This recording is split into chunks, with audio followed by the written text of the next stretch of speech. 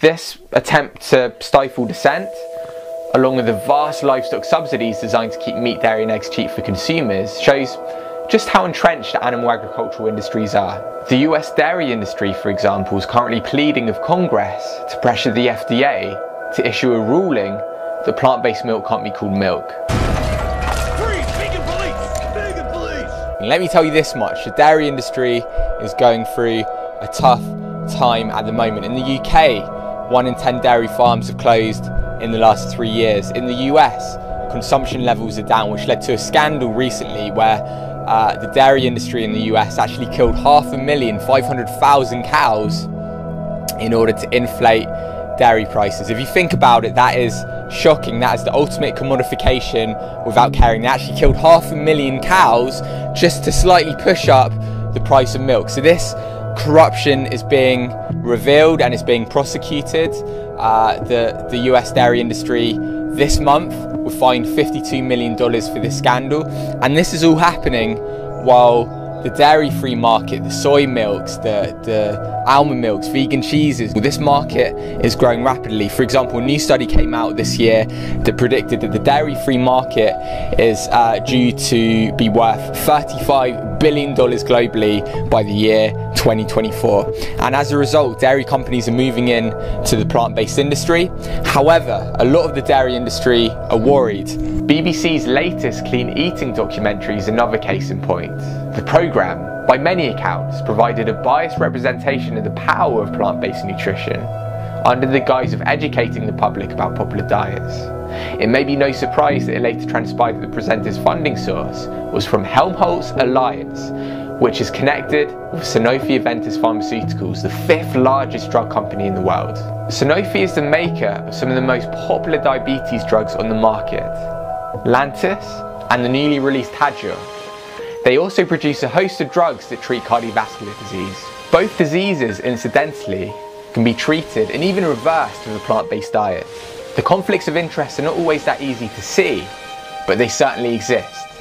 As Nelson Campbell, the founder of Plant Pure Nation, last week said, the power of industry is enormous. Their collusion of academia, media and government runs deep. The harm caused as a result of this industry influence cannot be overstated.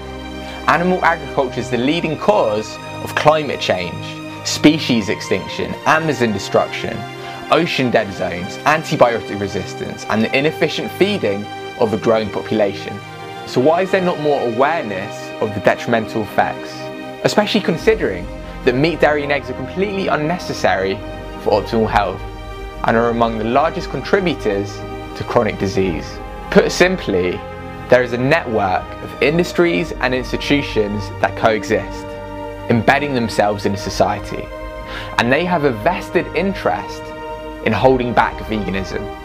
They mutually benefit each other, habituating into us food habits that cause great harm. Unless we question the false bedrock assumption about the role of animal products, for example, that we need meat, dairy and eggs for protein, and rid ourselves of our archaic status quo attitudes, that, for example, things will never change, animal exploitation will be perpetuated and the health of our planet and its people undermined. But there is hope. The animal agriculture industry and the mainstream media no longer control the messages. Due to the internet, new communication pathways are now available. We have an amazing opportunity to change the world. If I had remained invisible, the truth would stay hidden. I couldn't allow that. And what if no one believes this truth? Someone already does.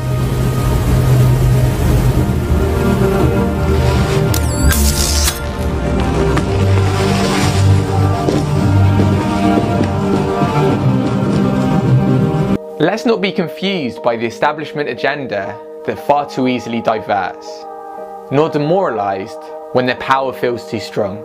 Stand up, speak up, and I promise you'll be on the right side of history. Our global rainforests are essentially the planet's lungs. They breathe in CO2 and exhale oxygen. An acre of rainforest is cleared every second.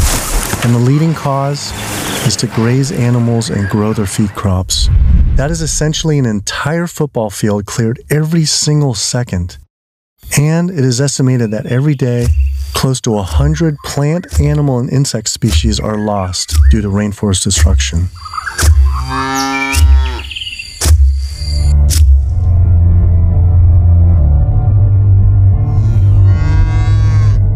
I found out that 1 quarter-pound hamburger requires over 660 gallons of water to produce. Here I've been taking these short showers trying to save water, and to find out just eating 1 hamburger is the equivalent of showering 2 entire months.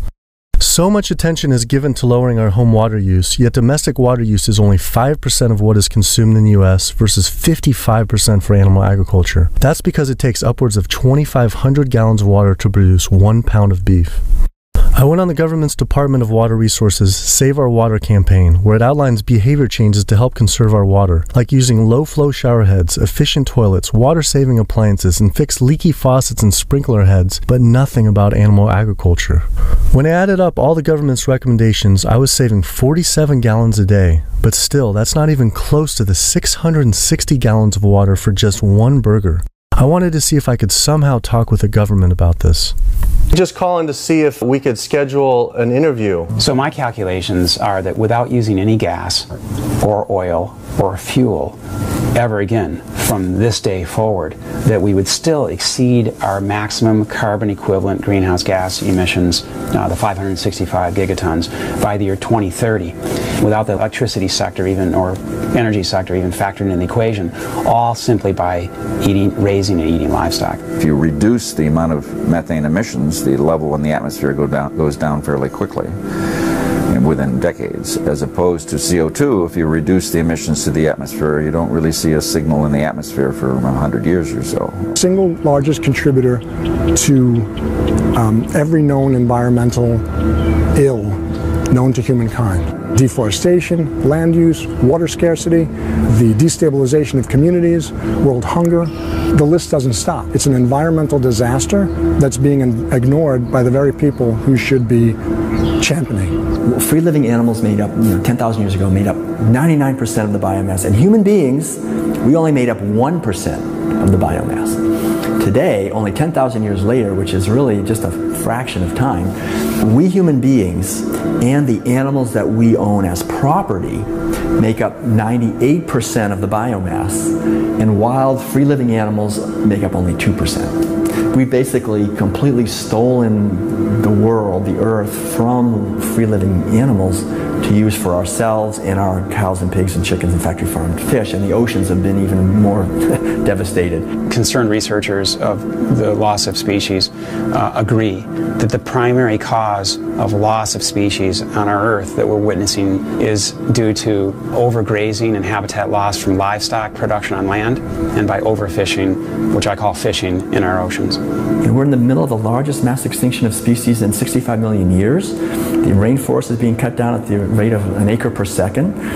And the driving force behind all of this is animal agriculture, cutting down the forest to graze animals and to grow soybeans, genetically engineered soybeans to feed to the cows and pigs and chickens and factory farmed fish. 91% of the loss of rainforest in the Amazon area thus far to date, 91% that's been destroyed, is due to raising livestock. Some people would say the problem isn't really animal agriculture, but actually human overpopulation. In 1812, there were 1 billion people on the planet. In 1912, there were 1.5 billion. Then, just 100 years later, our population exploded to 7 billion humans. This number is rightly given a great deal of attention, but an even more important figure when determining world population is the world's 70 billion farm animals humans raise. The human population drinks 5.2 billion gallons of water every day and eats 21 billion pounds of food. But just the world's 1.5 billion cows alone drink 45 billion gallons of water every day and eat 135 billion pounds of food. This isn't so much a human population issue, it's a human eating animals population issue. Environmental organizations not addressing this is like health organizations trying to stop lung cancer without addressing cigarette smoking. But instead of secondhand smoking, it's secondhand eating, which affects the entire planet.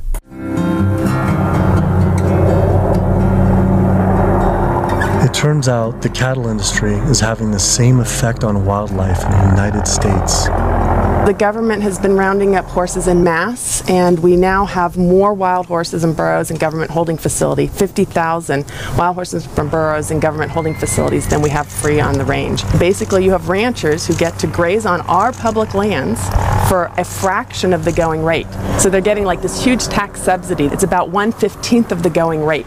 And what the Bureau of Land Management has to do is say how much forage and water is on the land, and then they divvy it up. They give so much to the cows, so much to, wildlife, and so much to the wild horses and burros. And what we see is the lion's share of the forage and water is going to the livestock industry. And then they scapegoat the horses and burros and say, oh, there are too many horses and burros, let's remove them.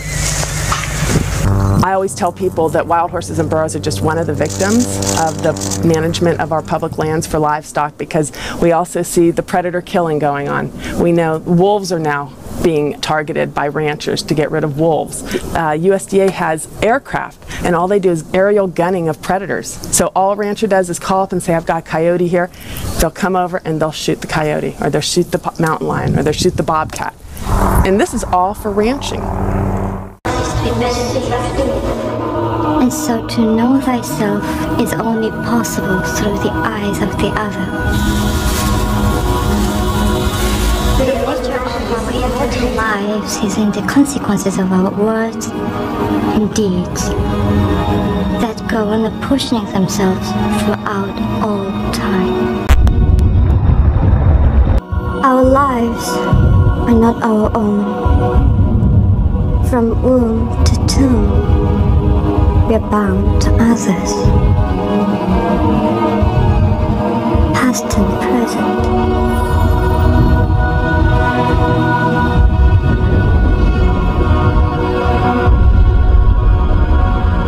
And by each crime and every kindness, we birth our future.